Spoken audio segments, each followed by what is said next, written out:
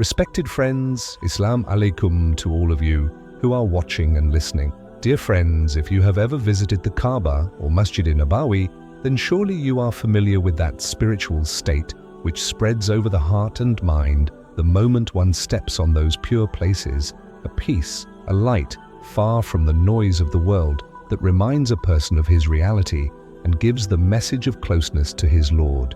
But have you ever thought, who are the people behind the construction and renovation of these sacred sites? Who are the lucky ones whom Allah chooses for the service of His house? In today's video, we will talk about such an engineer who not only supervised the reconstruction of Masjid-i-Nabawi and Masjid al-Haram, but Allah showed such a miracle that upon hearing it, your eyes will also become tearful. Therefore, it is requested of you to watch this video till the end. So, dear friends, the great personality we are talking about, his name was Dr. Muhammad Kamal Ismail. He was a very intelligent, simple, worshipping and pious man from Egypt. From childhood, his intelligence had become apparent to everyone. That is why he was the youngest student in Egypt's education system to complete high school. Then, at a very young age, he graduated from the Royal School of Engineering, and on the strength of his abilities, obtained multiple doctorate degrees in Islamic architecture from the best universities of Europe. Seeing his knowledge, hard work and sincerity, the Saudi government assigned him the greatest responsibility of the expansion and renovation of the two holy mosques. And that was the point from where his real spiritual journey began. The amazing thing is that this highly educated, experienced, and internationally renowned engineer refused to take a single penny for this project. He said, "This is the house of Allah, so how can I take worldly compensation in return for serving Allah?" He was afraid of what answer he would give in front of Allah on the Day of Judgment if he took the wealth of the world in exchange for this holy work. His every action was proof that he was preparing not for the world, but for the hereafter. He was a loner. He stayed away from media and spent most of his time in worship, recitation, and search for spiritual peace. His simplicity and piety are proof that he was truly a special servant of Allah, and Allah honored him by giving him the blessing of building sacred places like Masjid-i-Nabawi and Masjid al-Haram, making him successful in this world and the hereafter. Viewers, although every stone, every pillar, and every brick used in the construction of Masjid-i-Nabawi and Masjid al-Haram is a miracle in itself, but the incident that happened with Dr. Muhammad Kamal Ismail is not only astonishing to the mind, but also refreshes faith. When the Saudi government, after the expansion of the Haram, ordered the construction of Masjid-i-Nabawi, the king told Dr. Kamal Ismail to use the same special white marble again that was used in the Haram earlier. This marble was extremely beautiful, white, and had a natural cooling property, a rare stone that was found only in the mountains of Lebanon. The special thing about this stone is that it remains cool even in heat and never feels hot under the feet of millions of pilgrims. Dr. Sahib had bought this stone 15 years ago from Greece, and now he feared that perhaps that company might no longer exist or the marble might have been sold. But holding on to a thread of hope, he set out to contact that company.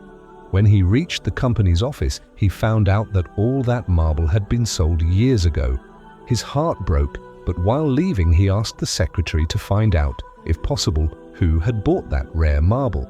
And dear friends, see the glory of Allah. The very next day he got a call that the company, which had bought the marble 15 years ago, is in Saudi Arabia. Dr. Sahib immediately went there, and when he asked the owner for details, it was revealed that the precious white marble was still lying in the warehouse and had never been used. It seemed like that stone had been waiting for 15 years for that very moment, that Allah's chosen servant would come and place it in Masjid-i-Nabawi. Tears started flowing from Dr. Kamal Ismail's eyes. He gave the company a blank check and said, "Write whatever price you want." But the owner of the company also showed the same sincerity and did not refuse to give the marble for free. Subhanallah. Dear friends, this is not an ordinary incident, rather a clear miracle in which Allah showed His system, that when the intention is pure, then the Lord makes the paths Himself, preserves even stones, and changes hearts. Dear friends, Remember that the mosque we are talking about is not an ordinary building made of bricks and stones.